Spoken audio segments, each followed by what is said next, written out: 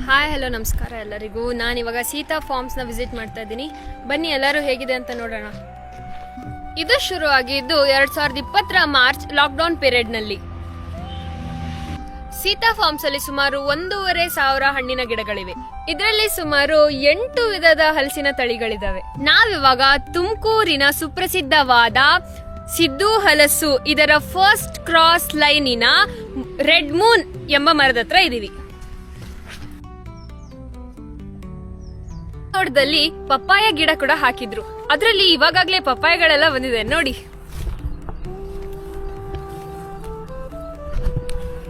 ಸರಿ ಸುಮಾರು 20ರಿಂದ 30 ಒಳ್ಳೆ ಜಾತಿಯ ಗೋಡಂಬಿ ಗಿಡಗಳನ್ನು ಹಾಕಿದ್ದಾರೆ. ನೀವಿವಾಗ ನೋಡ್ತಾ ಇರೋದು ಈ ತೋಟದಲ್ಲಿರೋ ಒಂದೇ ಒಂದು ಲಿಚ್ಚಿ ಗಿಡ. ಇವ್ರು ಕಿತ್ಲೆ ಹಣ್ಣಿನ ಗಿಡ ಕೂಡ ಬೆಳೆಸಿದ್ದಾರೆ. ಈ ಸೀಸನ್ ಅಲ್ಲಿ ಆಲ್ರೆಡಿ ಒಂದು ಹಣ್ಣು ಕೂಡ ಬಂದಿದೆ, ಒಂದಲ್ಲ ಸುಮಾರು ಬಂದಿದೆ. ಇವಾಗ ನೋಡ್ತಿರೋದು ಮೂಸಂಬಿ ಗಿಡ. ಇದರಲ್ಲಿ ಆಲ್ರೆಡಿ ಮೂಸಂಬಿಗಳು ಬಿಟ್ಟಿದ್ದಾವೆ.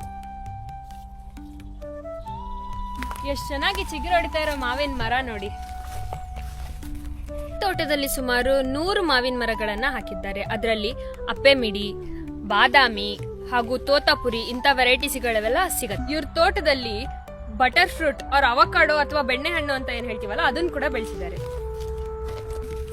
ಎಷ್ಟು ದೊಡ್ಡದಾದ ಎಷ್ಟು ಚೆನ್ನಾಗಿರೋ ಹಣ್ಣು.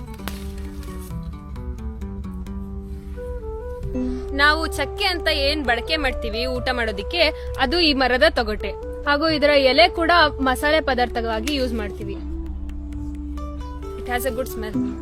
ಇದು ಸೀತಾ ಫಾರ್ಮ್ಸ್ ನ ಕೃಷಿ ಹೊಂಡ.